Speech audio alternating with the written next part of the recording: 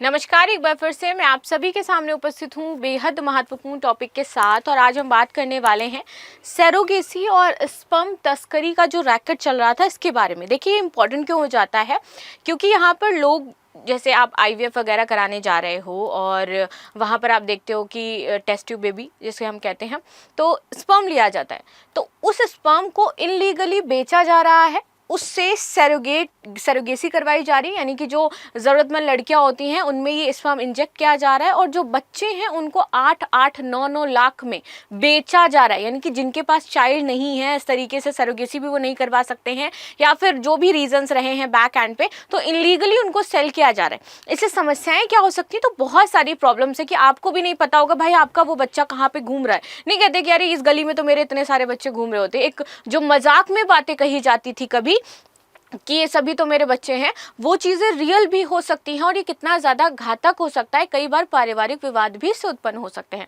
तो इसी के बारे में हम डिटेल में एनालिसिस करने वाले हैं कि कैसे ये रैकेट चलाया जा रहा था, आप लोगों को क्या सावधानी बरतनी है कि अगर आप कभी भी जा रहे हैं कि कहीं टेस्ट ट्यूब बेबी के लिए वहाँ पर आप स्पर्म वगैरह दे रहे हैं, उसकी टेस्टिंग होती है, तो आपको पता होना चाहिए, आपकी निगरानी में सारी चीज़ें होनी चाहिए, और जब आपका पूरा प्रोसेस हो जाए तो आपका स्पर्म नष्ट कर दिया जाना चाहिए। तो ये सारी चीज़ें आपको पहले ही वहाँ पर देखनी है और 100% श्योर हो जाना है कि कहीं इलीगली उसको सेल नहीं किया जाएगा, क्योंकि ये एक बहुत बड़ा मार्केट बन चुका है आज के समय में, और स्पर्म एंड सरोगेसी दोनों ही आपके बेचे जा रहे हैं। देखिए, सरोगेसी को लेकर के भारत में जो कानून है इसके बारे में हम बात करेंगे, संदर्भ में हम चर्चा करेंगे, क्या सरोगेट मदर को छुट्टियों के लिए मिलनी चाहिए, या जो चीज़ें होती है वो भी सारी चीज़ें हम जानेंगे। क्योंकि ऐसा होता था कि आप तो प्रेग्नेंट नहीं है, आपने सरोगेसी करवाई है, तो कई बार जो एम्प्लॉय होते थे, सरकारी एम्प्लॉय या फिर प्राइवेट एम्प्लॉय, तो उनको छुट्टी का प्रावधान नहीं था। लेकिन चूंकि न्यू बॉर्न बेबी उनका है, संभालना तो उनको ही है,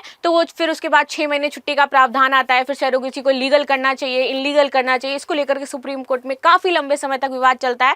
एंड फाइनली डिसीजन निकल करके आता है कि देखिए, सरोगेसी के तहत हम कुछ नियम बना देते हैं कि भैया अगर आपने फैमिली रिलेटिव्स में ही किसी को सरोगेट मदर आप बना सकती हो, 18 वर्ष से कम उम्र की आयु की लड़कियां सरोगेट नहीं बनेंगी। आप कोई भी ऐसी सरोगेसी जहां पर पैसे दे करके आप कोई काम करवा रहे हो वो नहीं करवा सकते हो। सरोगेसी भी आप तब करवाओगे जब या तो जो आपके हस्बैंड हैं उनमें कोई कमी है, या फिर महिला में कोई कमी है कि वो बच्चे को कंसीव नहीं कर सकती है। तो इस तरीके के फिर क्राइटेरिया बना करके उसको लीगलाइज करने की बातचीत करेगी। ठीक है, अब बात कर लेते हैं वर्तमान समय में इसका जो मार्केट है वो कैसा बनता चला जा रहा है। जो बहुत ही नीडी औरतें हैं उनके अंदर ये स्पर्म इंजेक्ट कर दिया जाता है, बच्चे होते हैं उनको सेल किया जाता है। चलिए पूरा समझते हैं कि कहाँ का ये पूरा मामला हो जाता है और क्या चीज़ें इसमें हमारी जानने वाली हो जाती हैं।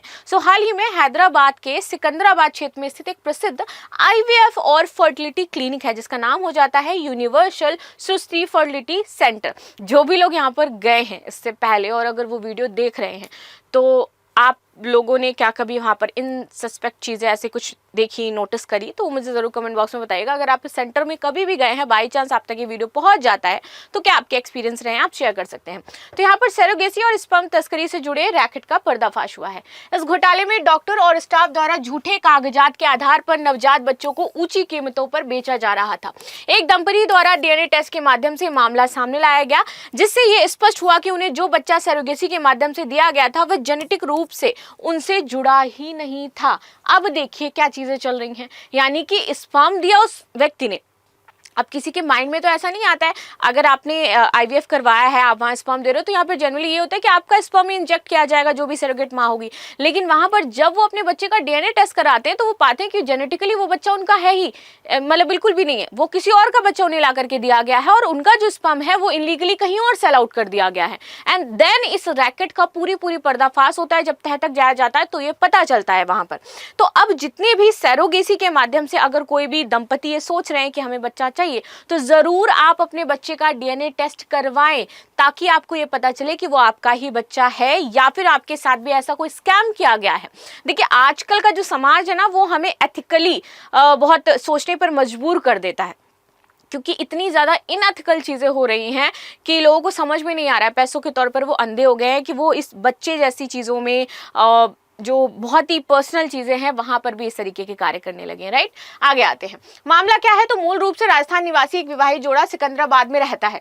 उन्होंने अगस्त 2024 में सरोगेसी के लिए यूनिवर्सल सृष्टि फर्टिलिटी सेंटर में 35 लाख रुपए का भुगतान किया था। Can you imagine that 35 lakh rupees is literally a high amount. और 35 लाख देने के बावजूद उस दंपति को उसका बच्चा नहीं मिला। This is the main important thing.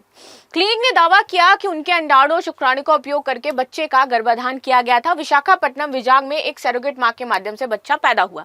जब दंपति को शक हुआ तो उन्होंने बच्चे का डीएनए टेस्ट करवाया तो पाया कि जो नवजात है उसमें ना तो महिला का अंडाणु है और ना ही पुरुष का शुक्राणु है। बच्चे का उनके साथ कोई जेनेटिक संबंध ही नहीं है। जब उन्होंने क्लिनिक से जवाब मांगा तो संस्थान ने बार बार टालमटोल किया और डॉक्यूमेंट्स देने से मना कर दिया। गोपालपुरम पुलिस स्टेशन में इसका मामला दर्ज कराया जाता है। फिर उसके बाद ये जो सेंटर था यहाँ पे छापा मारा गया और क्लिनिक दस्तावेज, मशीनें, कंप्यूटर, स्पर्म, एग सैंपल सारा कुछ सील कर लिया गया। पुलिस को ये भी पता चला कि इस रैकेट के जरिए गरीब और असहाय जो महिलाएं थी उनसे सरोगेसी करवाई जाती थी और बच्चों की अवैध खरीद और बेच करी जाती थी। अब मान लीजिए इनसे 35 लाख रुपए लिए, तो ये जो असहाय औरतें हैं या फिर जिनको पैसों की जरूरत है उनको थोड़े ना 35 लाख दिए जाते होंगे। वो तो बेचारी मुझे लगता है शायद 50,000 के लिए भी तो सरोगेट मां बन जाती होंगी। और बाकी जितना भी पैसा गया वो कहाँ गया? डिपार्टमेंट में वो गया, आपके डॉक्टर्स ने अपनी पॉकेट में रख लिया जा करके। यानी कि उधर वो उनका यूज कर रहे हैं और इधर इनको बेवकूफ बना रहे हैं। क्लिनिक ने 90,000 में बच्चा खरीदा था। अब बताइए, इन्होंने 90,000 में उन महिलाओं से बच्चा खरीदा, लिया और 35 लाख में इस बच्चे को यहाँ पर आईवीएफ बच्चा बता करके बेच दिया। मतलब कहाँ 90,000 और कहाँ 35 लाख। आगे आते हैं। मुख्य आरोपी और नेटवर्क डॉक्टर नम्रता अतुल्य क्लिनिक की संचालित और प्रमुख आरोपी हैं और ये एक महिला के द्वारा यहाँ पर कार्य किया जा रहा था। महिला यहाँ पर थी जो पूरी तरीके से क्लिनिक चला रही थी और उन्होंने इतना यहाँ पर ये सारे घोटाले किए। उनके साथ इंडियन स्पर्म टेक से जुड़े पंकज सोनी सहित करीब 10 लोगों को गिरफ्तार किया गया है। ये क्लिनिक बड़े पैमाने पर दूसरे राज्यों से स्पर्म कलेक्ट करता था और यहाँ पर ले आता था। इस गिरोह का नेटवर्क तेलंगाना, आंध्र प्रदेश, गुजरात, मध्य प्रदेश और राजस्थान तक फैला हुआ था। आरोपियों पर फर्जीवाड़ा, मानव तस्करी, धोखाधड़ी और मेडिकल नियमों के उल्लंघन के तहत केस दर्ज किए गए हैं। अब इनके सर्टिफिकेट तो वैसे भी रद्द कर दिए जाएंगे, जीवन भर इनको जेल में रहना। लेकिन हम ये पूरी तरीके से नहीं कह सकते कि ऐसा हो सकता है, क्योंकि हमारा देश है, पैसे खिला करके इंसान छूट भी सकता है। बहुत सारे ऐसे केसेस जहां पर हम देखते हैं कि मुख्य आरोपी हमें पता है किसके द्वारा ये कार्य किया गया था, लेकिन वो खुला घूम रहा है। तो फिलहाल के लिए तो ये केस लाइमलाइट में आ गया है। शायद यहाँ पर कार्रवाई भी करी जाएगी, शायद यहाँ पर सजा भी सुनाई जाए। लेकिन आज से 5 साल बाद अब इस केस को दोबारा से देखना और ये देखना कि ये लोग कहाँ पर हैं, क्या इनके क्लिनिक चल रहे हैं, नहीं चल रहे हैं, बंद हो गए हैं, सर्टिफिकेट इनका रद्द किया गया है या नहीं किया गया है। आप पाओगे कि शायद कहीं ना कहीं ये खुले घूम रहे होंगे और अपने क्लिनिक्स भी चला रहे होंगे। This is the system of India, जिसके खिलाफ हमें लड़ना है, जिस पर तह तक जाकर के हमें कार्य करना है। और ये बहुत बड़ी हमारी नाकामी हो जाती है कि पैसे में हम न्याय भी बेच देते हैं हमारे भारत में, और ये जेन्युइनली बहुत बड़ी समस्या है भारत की। राइट, खैर आगे बात करते हैं। बच्चे की स्थिति तो वर्तमान में बच्चा हैदराबाद के शिशु विहार बाल देखभाल केंद्र में है बेचारा। यदि 2 माह में कोई दावा नहीं करता है तो CWC यानी कि चाइल्ड वेलफेयर कमेटी उसे गोद लिए जाने के लिए मुक्त घोषित कर देगी। कोई भी उस बच्चे को गोद ले सकता है, वो भी फ्री में। दंपति ने बच्चों को अपनाने से मना कर दिया है क्योंकि वह उनके डीएनए से मेल नहीं खाता है। अब यहाँ पर देखिए किसको सर्वाइव करना पड़ रहा है, that child who didn't know कि उसके साथ क्या हो रहा है, दैट चाइल्ड जिसने अभी तक दुनिया भी नहीं देखी है और उस बच्चे को वाकई नहीं पता है कि दुनिया कितनी खराब हो जाती है। बचपन से वो सारी चीज़ें उसको एक्सपीरियंस करनी पड़ेगी। जहाँ उसको एक अच्छा परिवार मिल रहा था, पेरेंट्स मिल रहे थे, उन पेरेंट्स ने भी उसको छोड़ दिया। अब हम उनके ऊपर भी ये प्रेशर नहीं डाल सकते हैं कि आप ये बच्चा रखिए, एटलीस्ट आप इस बच्चे के फ्यूचर के बारे में सोचिए। अगर वो ये सोचते तो शायद उस बच्चे का फ्यूचर भी बन सकता है, लेकिन it's about 35 lakh rupees and the DNA match नहीं हो रहा है। जो वो अपना बच्चा चाहते थे वो उन्हें नहीं मिल रहा है, इसलिए उन्होंने बच्चे को वहां पर छोड़ दिया है। आगे बात करते हैं कानूनी और प्रशासनिक कार्रवाई। स्वास्थ्य विभाग ने पूरे हैदराबाद में स्थित फर्टिलिटी और आईवीएफ क्लिनिकों की विशेष जांच के लिए विशेष टीम बना दी है। लगभग 158 से अधिक क्लिनिकों की जांच की जा रही है कि वे ART यानी कि असिस्टेड रिप्रोडक्टिव टेक्नोलॉजी और PCPNDT अधिनियम के अंतर्गत कार्य कर रहे हैं या नहीं कर रहे हैं। सरकार अब क्लिनिकों के पंजीकरण, उपकरण, फार्मेसी, मानव संसाधन और ऑडिट ट्रेन की भी जांच कर रही है। पृष्ठभूमि, सरोगेसी पर भारतीय कानून हमारा आखिर कहता क्या है, ये समझ लेते हैं। क्या भारत में व्यावसायिक सरोगेसी मान्य है? तो नहीं है, पूरी तरीके से अवैध है 2021 के कानून के तहत।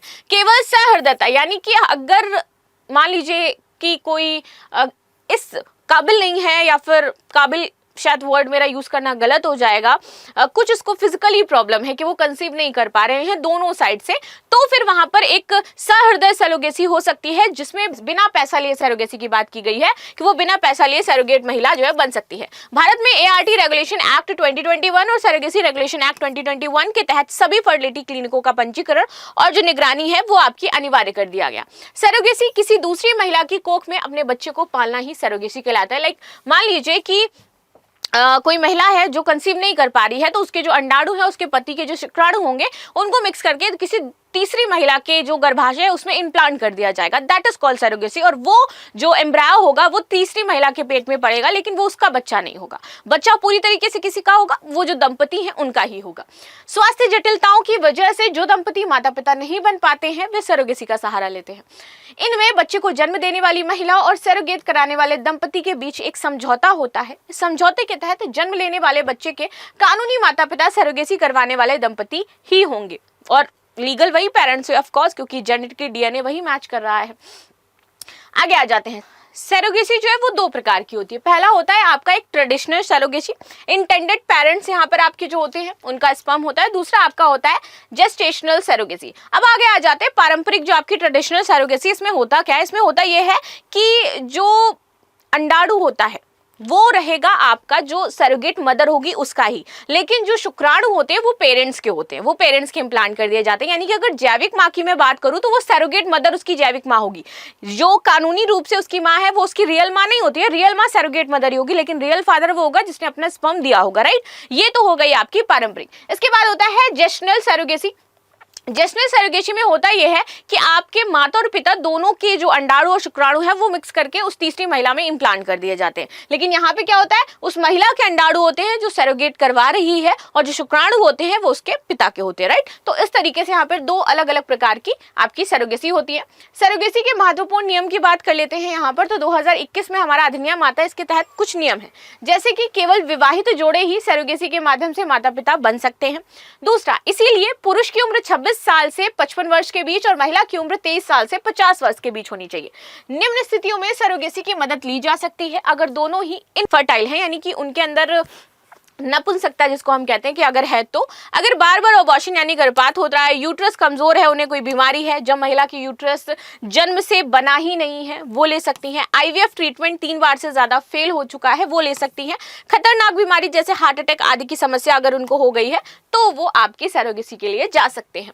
सरोगेट मदर बनने की शर्तें क्या है? तो कोई भी महिला सिर्फ एक बार ही सरोगेट मदर बन सकती है, महिला पहले से शादीशुदा हो और उसके बच्चे होने चाहिए, महिला कोई भी नशा ना करती हो, महिला स्वस्थ होनी चाहिए। समलैंगिक जोड़े बच्चे पैदा करने के लिए सरोगेसी का इस्तेमाल नहीं कर सकते हैं। This is the law in our India that if you are a like gay person and you are lesbian, then you can't go for surrogacy. But ये लॉ सिर्फ इंडिया में है। There are so many countries जो इसको allow करते हैं कि अगर आप समलैंगिक हैं या गे हैं या फिर लेस्बियन हैं तो आप सरोगेसी के लिए जा सकती हैं। समझौता होने के बाद गर्भावस्था को की जो अवधि होती है उसके तक सरोगेट इससे इनकार नहीं कर सकती है और ना ही अपनी मर्जी से गर्भ को खत्म कर सकती है। अगर आपने एक बार अलाउ किया है तो आप उसको पूरा प्रोसेस करोगे ही करोगे। यदि भारतीय जोड़े देश के बाहर सरोगेट की सेवाओं का उपयोग करता है तो इससे पैदा होने वाले बच्चे को भारतीय नागरिकता के रूप में मान्यता नहीं दी जाती है। तो ये हमेशा याद रखना कि वो फिर भारत का नागरिक नहीं होगा। भारत में व्यावसायिक सरोगेसी पर प्रतिबंध लगा हुआ है।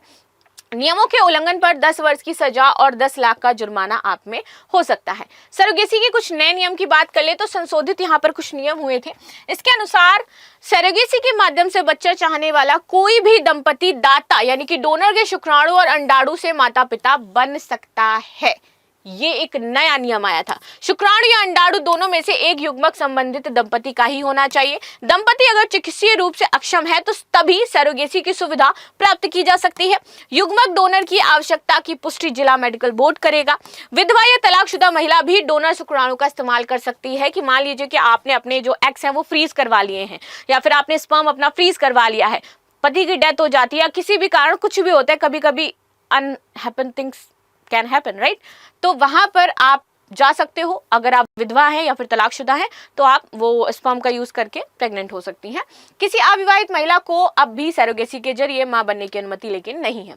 पूर्ववर्ती नियम मार्च 2023 में केंद्र सरकार ने सरोगेसी के इच्छुक जोड़ों के लिए दाता के युग्मकों का उपयोग पर प्रतिबंध लगाने की अधिसूचना जारी करी थी। इस अधिसूचना के अनुसार सरोगेसी के लिए शुक्राणु और अंडाणु युग्मक पति पत्नी का ही होना चाहिए, लेकिन अब उन्होंने ये वाली चीजें कही थी कि नहीं, आप ऐसा कर सकते हो कि पर्टिकुलर एक व्यक्ति का है तो वो चल जाएगा। चलो, हाल ही में किस शहर में एक बड़े सरोगेसी और स्पर्म तस्करी रैकेट का खुलासा हुआ? मुंबई, बेंगलुरु, सिकंदराबाद या फिर Jaipur? So this is the news. इस पर आप सभी की क्या राय है मुझे जरूर बताइएगा। मिलते हैं हम लोग नेक्स्ट क्लास में, तब तक के लिए धन्यवाद। लाइक शेयर सब्सक्राइब करना बिल्कुल भी ना भूलें and thank you so much.